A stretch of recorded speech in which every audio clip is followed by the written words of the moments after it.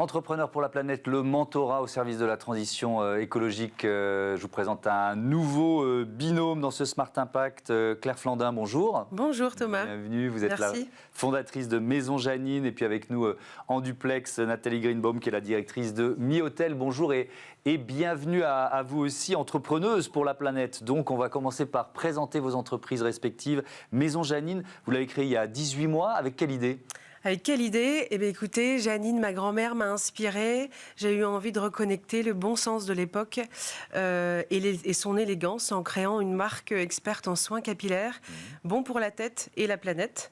Bon pour la tête, bon pour la santé, avec des ingrédients naturels, bio, vegan et made in France. Et bon pour la planète en utilisant le format solide pour les produits d'hygiène, donc shampoing et après-shampoing, et liquide, mais dans des flacons recyclés, mais surtout consignable.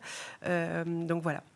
Consignable, ça c'est important Ouais. aussi. Et effectivement, créé il y a 18 mois, mais les produits arrivent sur le marché là en ce moment. Il y a eu un temps de quoi ? De R&D, de mise en place en quelque sorte ? Principalement du R&D, en fait.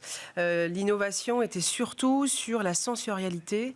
Pour changer les modes de consommation, il faut aller par le plaisir et la sensorialité. J'avais envie de changer d'angle et ne pas faire porter le poids de sauvons la planète à nos futures consommatrices en disant ça, je m'en occupe. Mais par contre, on a vraiment développé une forme avec une ergonomie. C'est une designeuse qui m'a dessiné, on va dire, la forme du shampoing avec l'ergonomie et l'esthétique et des formules qui soient vraiment avec une mousse onctueuse, une belle rinçabilité, toute la sensorialité nécessaire pour passer à l'action et enlever le plastique de sa salle de bain. Nathalie Greenbaum, on va parler évidemment de votre rôle de mentor, mais je voudrais que vous me présentiez Mi-Hôtel. Micro-hôtellerie, c'est ça ? C'est quoi ?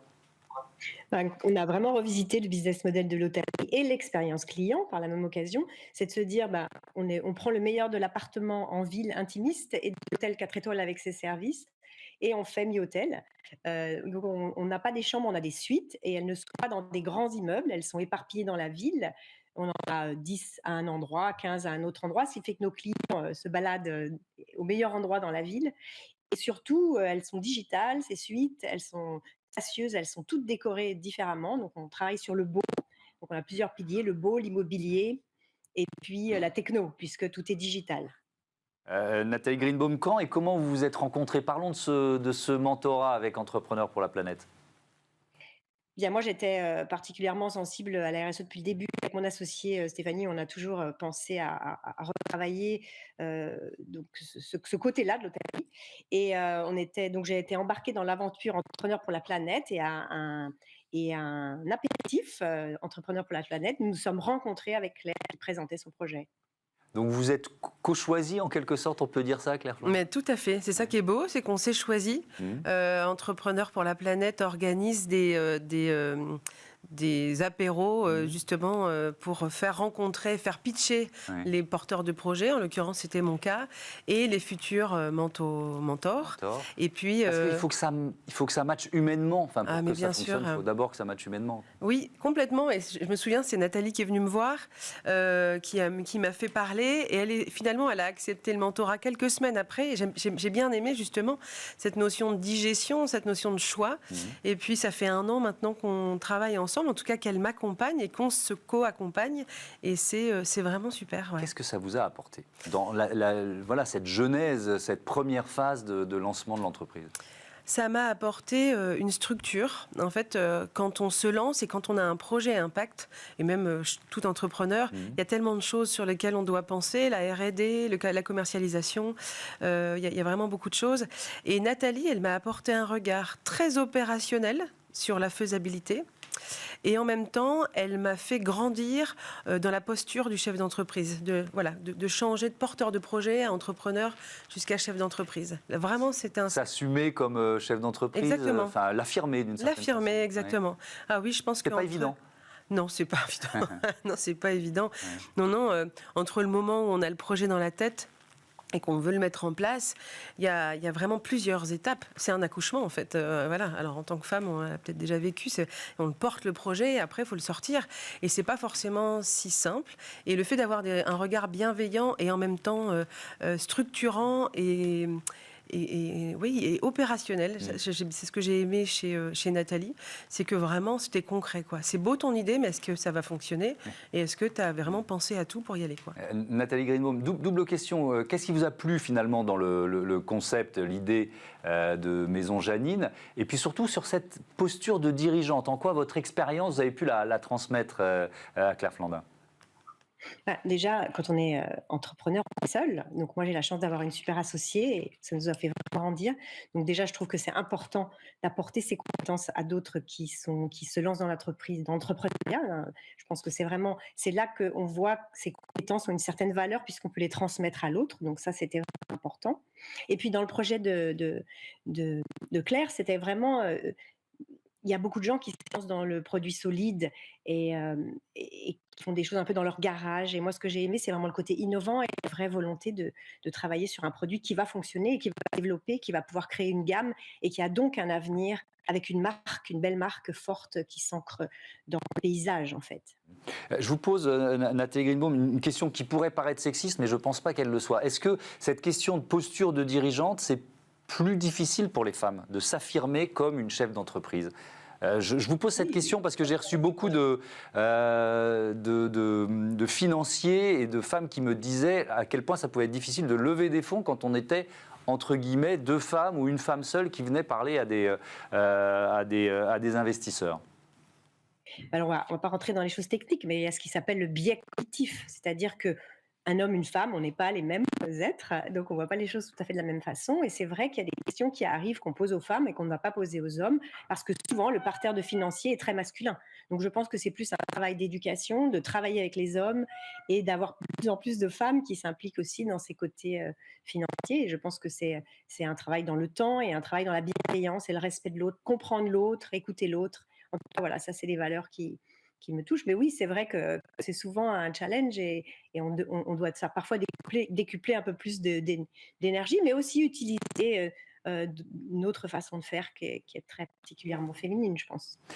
Claire Flandin, sur vos produits, tiens, je reviens à vos produits, parce que quand vous lancez comme ça des produits capillaires, secs, je ne sais pas si c'est le bon mot. Sans eau, oui. Ouais, sans solide, eau. ouais. Il faut lutter contre des décennies ou plus d'habitude, quoi. Ouais. C'était une partie du défi peut-être la plus importante. C'est ça. Et en même temps, on revient à du bon sens de notre époque. C'est d'où le nom Maison Janine et l'aspiration de ma grand-mère, parce qu'à l'époque, il n'y avait pas autant de bouteilles dans la salle de bain, et pourtant ma grand-mère avait les cheveux propres, était élégante. Oui. Donc aujourd'hui, 500 000 bouteilles de shampoing sont vendues par jour en France, ce qui est quand même énorme, et on sait que 30% sont recyclés jusqu'à présent, et le meilleur déchet est celui qu'on ne produit pas. Et on peut avoir l'idée de Maison Janine, on peut avoir une belle chevelure, on peut se sentir belle et avoir des beaux cheveux, sans forcément acheter un produit liquide à 80% d'eau dans une bouteille en plastique qu'on va jeter après pour renouveler. L'avantage du solide, c'est que il est facilement transportable, il dure plus longtemps. Et puis au-delà de ça, la formule, on met des ingrédients. Là, il y a eu un vrai travail de formulation pour justement avoir... De sourcing des ingrédients, c'est ça? Oui, sourcing d'ingrédients. Je suis entourée d'expertes en soins capillaires. C'est 18 mois de tests validés par un groupe de testeuses exigeantes, parce qu'il y a soit les personnes qui ont déjà utilisé du solide, qui n'ont pas été convaincues, parce qu'à l'époque, quand on a démarré, on était plutôt sur quelque chose de très brut, on va dire, ou soit il y a certaines personnes qui n'ont pas encore osé essayer.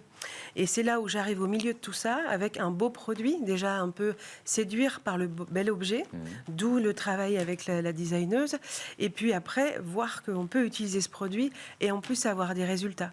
Et donc démarrer, avoir une routine avec des produits sans eau, sans plastique, c'est possible. Ouais. Nathalie Greenbaum, est-ce qu'il y a des similitudes entre vos cibles de clientèle respectives, et est-ce que donc ça a servi finalement le mentorat? On rigole toujours avec mon associé, on dit toujours qu'on a créé Miotel pour la femme d'affaires qui en avait marre d'être dans des petites chambres pas décorées, mal placées, mal situées, etc. Oui, oui, oui, il y a des similitudes. Et puis moi, ce que j'aime surtout dans le projet de Claire, c'est que c'est une entreprise. Enfin, il y a vraiment, il y a tous les ingrédients, toute l'innovation dont elle vient de parler, tout le travail qui a été fait. Il y a une structure, il y a une base qui est un potentiel important pour avoir une entreprise avec beaucoup de clients, une grande gamme, un avenir. Donc, je trouve ça extrêmement grisant, extrêmement important quand on démarre une entreprise. Il faut qu'il y ait un potentiel devant, parce que sinon, c'est plus une entreprise, c'est autre chose. Est-ce que les produits Maison Janine pourraient être proposés aux clientes de Miotel? C'est une très bonne question. On s'est beaucoup posé la question et c'est aussi ça qui m'avait fait venir rencontrer Claire, c'est qu'on avait énormément regardé toute la gamme de produits solides pour l'utiliser dans les suites Miotel. Alors, il se trouve que c'est pas très simple en fait, parce que soit les produits sont chers, soit il faut mettre beaucoup de produits. Et en plus, finalement, ça fait beaucoup de gâchis parce que c'est une utilisation unique, etc. Donc, justement, j'étais allée la voir en lui disant, c'est très intéressant ce que tu fais. Je ne pense pas que ce soit toujours la solution en tout cas pour chez nous, mais par contre, j'avais beaucoup de retours à lui faire sur toute cette gamme de produits. Donc, c'était intéressant et on se dit, c'est quand même chouette d'avoir. Il faudrait avoir toute une gamme complète, c'est-à-dire il faudrait avoir un shampoing, un savon, etc. pour peut-être l'imaginer le mettre sur place, me le mettre dans les suites. Mais en tout cas, la démarche et le côté extrêmement professionnel du produit nous fait réfléchir sur l'avenir et aussi se dire c'est peut-être un cadeau aussi à donner, à offrir à nos clients de VIP par exemple. Voilà une bonne idée. Dernière question, Claire Flandin, sur ce mentorat. Il va continuer ou finalement il était surtout utile pour le lancement? Vous voyez ce que je veux dire? Alors, je pense qu'on ne se pose pas trop la question avec Nathalie sur la suite, parce qu'à partir du moment où toutes les deux, on sent qu'on s'apporte, on ne réfléchit pas forcément à une fin. Je pense que ça se fera tout naturellement. Là, jusqu'à présent, sur cette année, elle m'a beaucoup apporté. Et puis, dans des phases d'entreprise, il y a le démarrage, le développement. Il y a toujours des phases à passer.